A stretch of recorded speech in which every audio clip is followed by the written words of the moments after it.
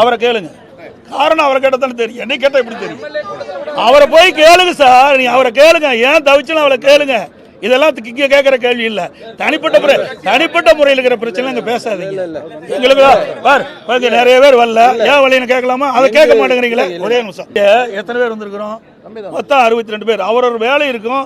இங்கெல்லாம் வந்து சுதந்திரமா செயல்படுகிற கட்சி திமுக மாதிரி அடிமை ஆட்கள் இங்க கிடையாது. நல்லா புரிஞ்சுங்க. எங்கேயுமே நான் ஒரு திருமணத்துக்கு போறேன், பத்திரிகையில் போடுறீங்க, இவர் கலந்துக்கல அவர்கள். நான் என்றைக்குமே யாரையும் எதிர்பார்ப்பது கிடையாது. நான் ஒரு சாதாரண தொண்டர். புரிஞ்சுக்கங்க. தலைவன் கிடையாது. திமுக மாதிரி வாரிசு அரசியல் இங்க கிடையாது. குடும்ப கட்சி கிடையாது. புரியுதுங்களா? சர்வாதிகார ஆட்சி கிடையாது. சுதந்திரமாக அனைவரும் செயல்படலாம். எங்க வேணாலும் எப்படி வேணாலும் போகலாம். யாரும் கேட்கறதில்ல. எங்களுக்கு ஒரே எதிரி திராவிட முன்னேற்ற கழகம் தான். அதைத்தான் நான் ஏற்கனவே தெளிவுபடுத்திட்டேன். மற்ற கட்சியில் எங்களுக்கு எதிரியே கிடையாது. அதே போல எங்களுக்கு இருக்கிற உறுப்பினர்கள் சுதந்திரமாக செயல்படுறாங்க.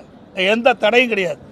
எந்த கட்சியிலும் இப்படிப்பட்ட சுதந்திரம் கொடுக்கல. அதிமுக சுதந்திரம் கொடுக்கல. ஏன்னா நாங்களே இவங்களோடு இருந்து பணியாற்றியவர். பிளே ஸ்டோர் மற்றும் ஆப் ஸ்டோரில் இருந்து பாலிமர் செயலியை QR கோடு மூலம் பதிவிறக்கம் செய்யுங்கள். செய்திகளை உடனுக்குடன் பெறுங்கள்.